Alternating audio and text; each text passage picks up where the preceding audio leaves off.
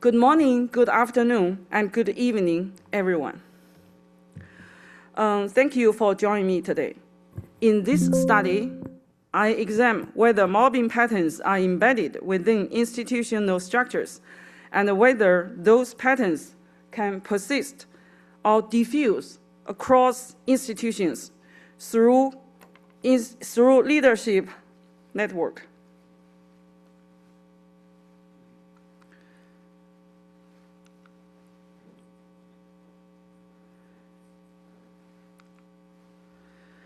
Using a combination of probability analysis, qualitative evidence, and conceptual inquiry, I explore how organizational culture, leadership practices, and accountability mechanism may continue to the persistence of workplace mobbing.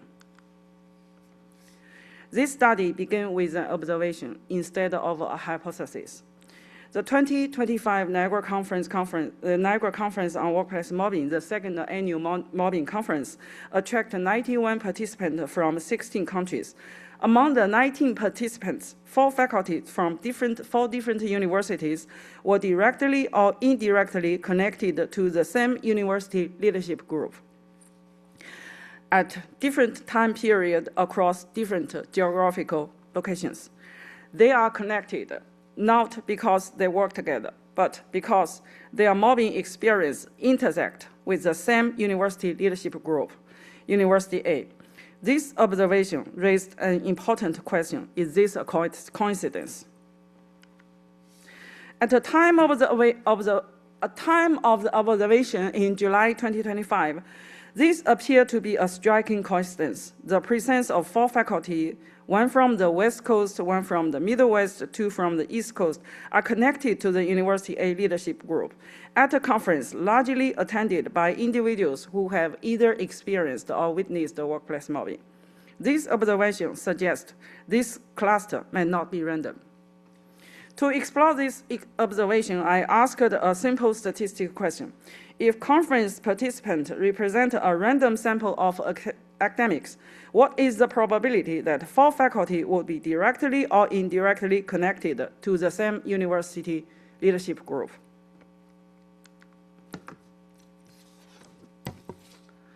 This study employed a mixed method approach using triangulation methodology. The goal is to strengthen the credibility and the validity of findings by determining whether different sources of evidence point to the same conclusion. In other words, I seek to determine whether the observed patterns are systematic and meaningful rather than isolated or coincident. First, the study used methodological triangulation. It combines quantitative and qualitative approaches. Second, the study employs the data triangulation.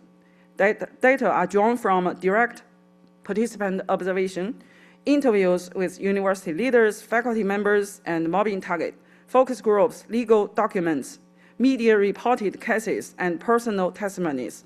Cases were selected based on leadership transitions, documented mobbing, administrative involvement, and career impact on the target. When similar findings emerge across these independent sources, confidence in the result increases. Third, the study applied theory triangulation. The primary theoretical framework is rational choice theory, deterrence theory, organizational deviance theory, and Edwin Sutherland's social learning of differential association theory, which argues that deviant behavior is learned through interaction with others. Together, these perspectives help explain how mobbing behavior emerge, spread, and persist within organizations.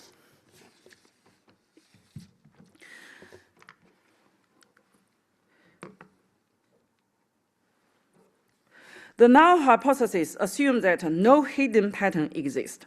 Under that assumption, what is the probability that 4 participants would share this connection purely by chance? To answer this question, I used a binomial probability model under several plausible assumptions, 3 assumptions.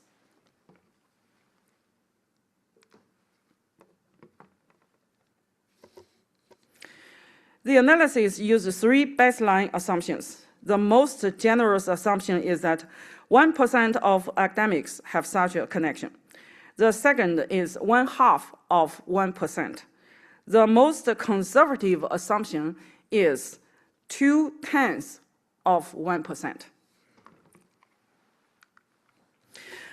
Under the generous 1% assumption, the probability is approximately 1.3%, or about one occurrence in 100 conferences like that.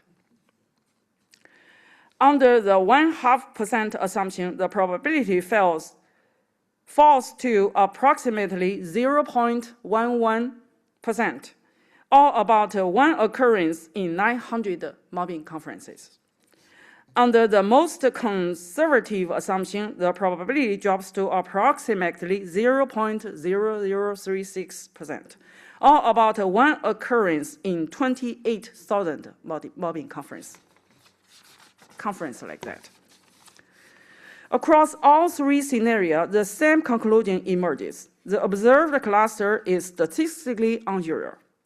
So the key question becomes, if chance alone is an unlikely explanation, what other factors might account for this pattern? What do these numbers mean in practical terms? The key finding is the observed cluster is unlikely to be explained by chance alone. Consider a raffle ticket analogy. Suppose only 2 tickets out of every 1,000 are specifically marked related to the leadership. Now imagine randomly selecting 91 tickets. What are the chances that 4 of them are marked? The answer is extremely small. This analogy illustrates why the observed cluster is statistically noteworthy. At this point, an important distinction must be made. The analysis shows that the cluster is unusual and unlikely to be random, but probability does not prove causality. Statistical modeling cannot determine why the pattern occurred, nor can it establish wrongdoing intent or responsibility.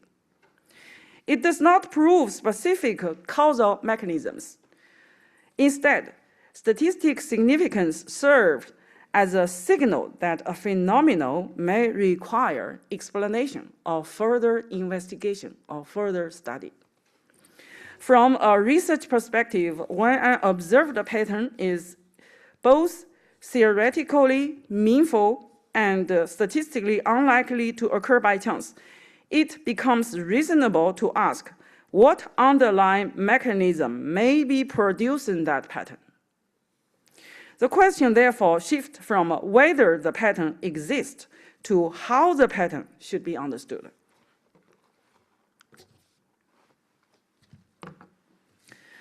One possible explanation is institutionalized mobbing. Under this framework, mobbing is viewed as a phenomenon shaped by organizational structures and culture. Leadership practices may influence administrative decisions. Those decisions contribute to organizational norms. Over time, those norms normalized certain behaviors and become embedded within institutional culture. When leaders move between institutions, practices and assumptions may also travel with them.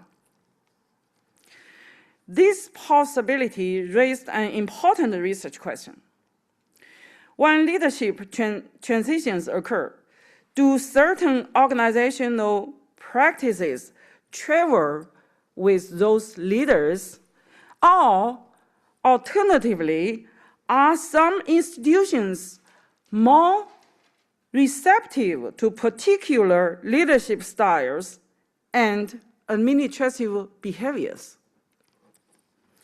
At this stage, I do not have sufficient data to answer this question, definitely, to answer this question conformably or definitely.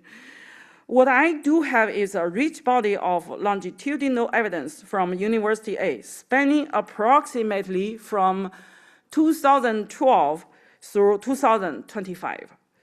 Longitudinal research is particularly valuable because it allows us to observe continuity and change. This proves an opportunity to examine the same leadership actors and organizational environment over an extended period of time. In this case, the one preliminary observation is that certain mobbing-related patterns appear remarkably stable across multiple administrative periods in University A.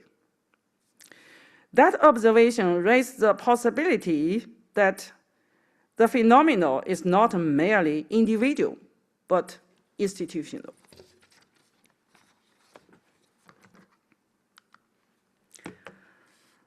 Conventional thinking often assumes that when leaders have an organization and when leader leaves an organization and new leaders arrive, organizational problems will gradually disappear. However, evidence raises a different possibility. When mobbing becomes embedded within the organizational structure, leadership turnover alone is insufficient to change institutional mobbing culture. Leadership turnover may be necessary, but it may not be sufficient to transform an established organizational culture. One of the most striking observations emerges from this study concerns the persistence of faculty-reported mobbing concerns despite changes in university leadership.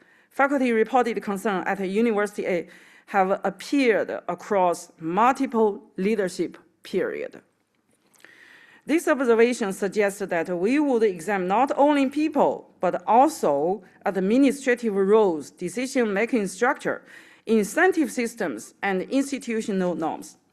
Over time, several administrators associated with faculty report concern at University A advanced to leadership positions at other institutions.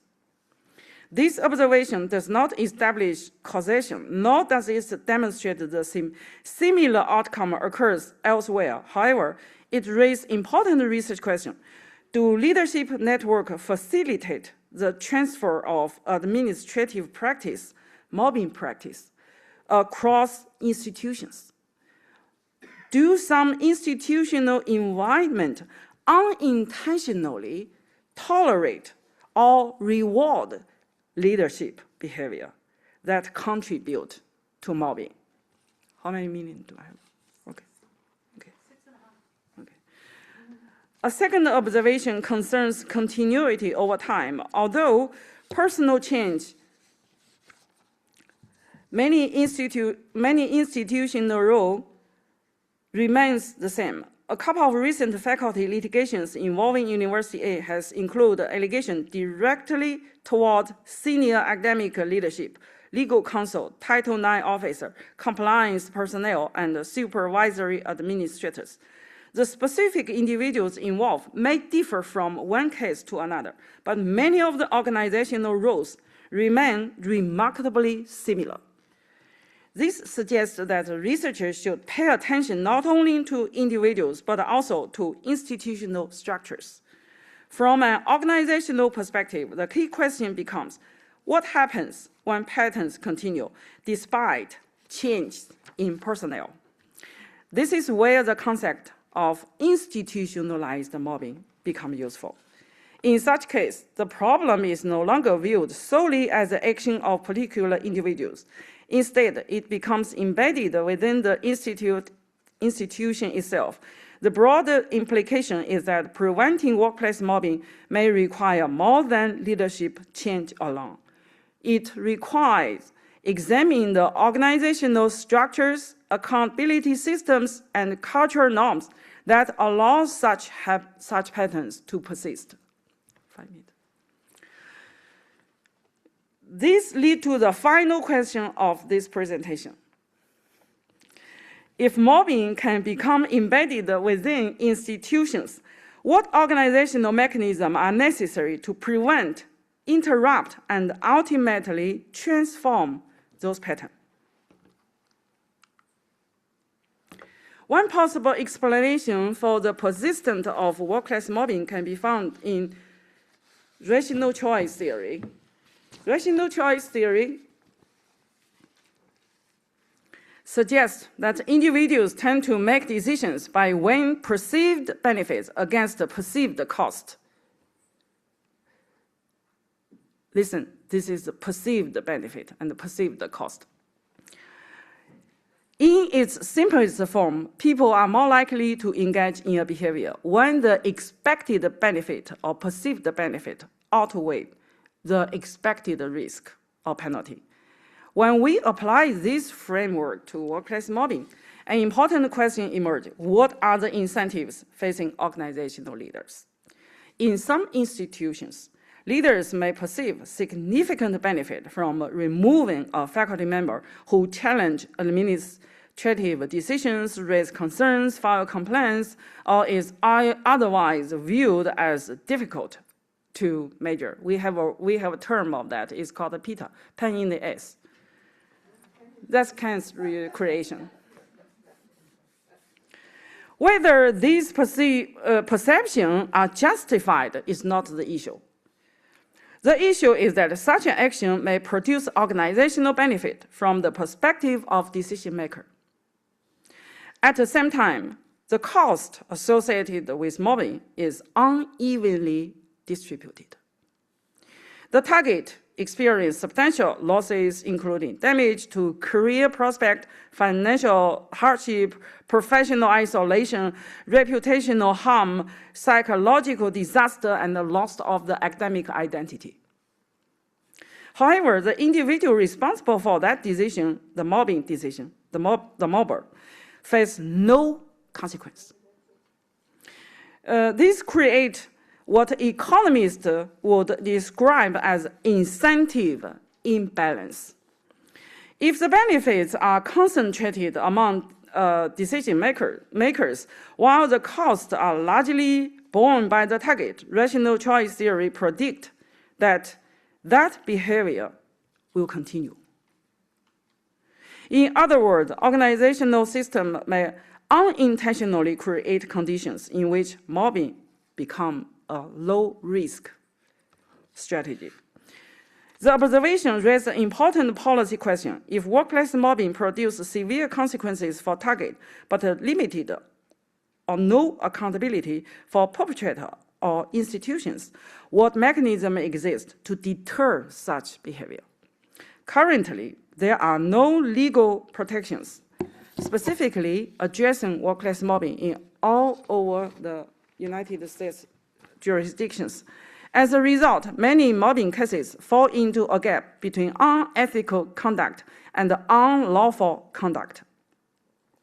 This suggests a need for further discussion about accountability mechanism, organizational oversight, and the possible role of anti-mobbing legislation. From a rational choice perspective, if we want behavior to change, the incentive structure must change. Organizations and leaders must perceive meaningful cost associated with mobbing behavior, while institutions must create incentives that reward respectful, ethical, and accountable leadership. Without such mechanism, the structural conditions that allow mobbing to persist will remain unchanged. This brings us to a broader policy question. What legal, organizational, and institutional reform might be necessary to reduce the prevalence of workplace mobbing and create a healthier work environment? Okay, I know I'm not going to finish this within 20 minutes, so I'm well prepared for my last slides. Before concluding, I would like to acknowledge several limitations. I will just highlight the limitations. The first limitation concerns the scope of the evidence.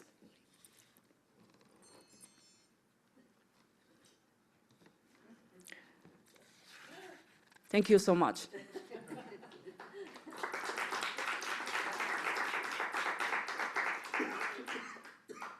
I just don't have time to talk about the most important part, which is my contribution of my presentation. Okay, thank you so much. Thank you so much. So this. Share it. I want to hear it. That's okay. We will post the PowerPoint on the website. So our World Association for Research on Workplace Mobbing. And also, don't worry, we're going to, when we fully establish the organization, we're going to host a quarterly seminar. So we will have an opportunity to discuss that more. And this leaves us 5 minutes for questions and answers. Oh, yeah, sure, definitely. Thank you. I have to, who had their hand up? You had your hand up, right? Okay, cool. Sorry, this is aerobic exercise for me, so. Here you go. Right, thank you. Yeah, I actually have a question for Linda Shallcross, and it impressed me that she said the problem with the investigation is that it focuses on the target instead of the institution. Now, I was an anti-discrimination commissioner for one of the Australian states, and it constantly was raised, what should we do if a claim a person wants to make a claim, yet they want to remain anonymous? And it occurred to me that we could have this process, and I'm coming to my question for Linda, would this work? Where when a person wants to remain anonymous, the Commission should look at their claim to determine whether there is a potentially valid claim there, and if there is, they should have the power then to go to the organisation or the institution and to institute an investigation into that institution or organisation as to whether its practices and processes are proper in terms of actually addressing mobbing in this case, or it was discrimination, which I was thinking about. Now, the problem is that the institution will try to say, oh, you've clearly got a claim against us, who is it? But in the Equality Act 2010 of the United Kingdom, they have a provision that is a public sector duty, and the public sector duty means that institutions must ensure that their policies and practices conform to proper procedures, etc. So that if we could get, I know it's complicated, but if we could get a provision like that in legislation in whatever country you're in, that there is a public sector and a private sector duty to ensure that organisations conform to practices and policies that don't erase mobbing, would that possibly work and change the focus from the individual onto the institution? Thank you. Okay. This is a long question, but I got it. Actually, I think I mentioned that in my presentation. It fit into the theoretical framework I used in my article, in my research, the deterrence theory. So the problem is mobbing is not defined as a criminal behavior. So in many cases, I understand what you are talking about. In many cases, the excuse for the institutions and all kinds of commissions, their excuse is there is no cause of action, which means this is like a wild west. There's no such a law. So this is the most typical excuse the institutions and the commissions, so we can call that organizational excuses. So currently there is no other way to deal with that but make anti-mobbing, make mobbing into a law. Thank There is no deterrence. They can do whatever they want. There's no consequence. As I just analyzed using the rational choice theory, no cost.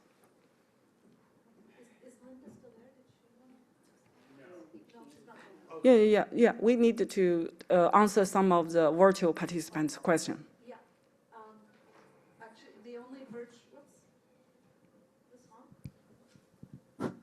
only virtual questions are whether there'll be a photo of online participants. And then someone said we got a screen capture of those who turned their cameras on.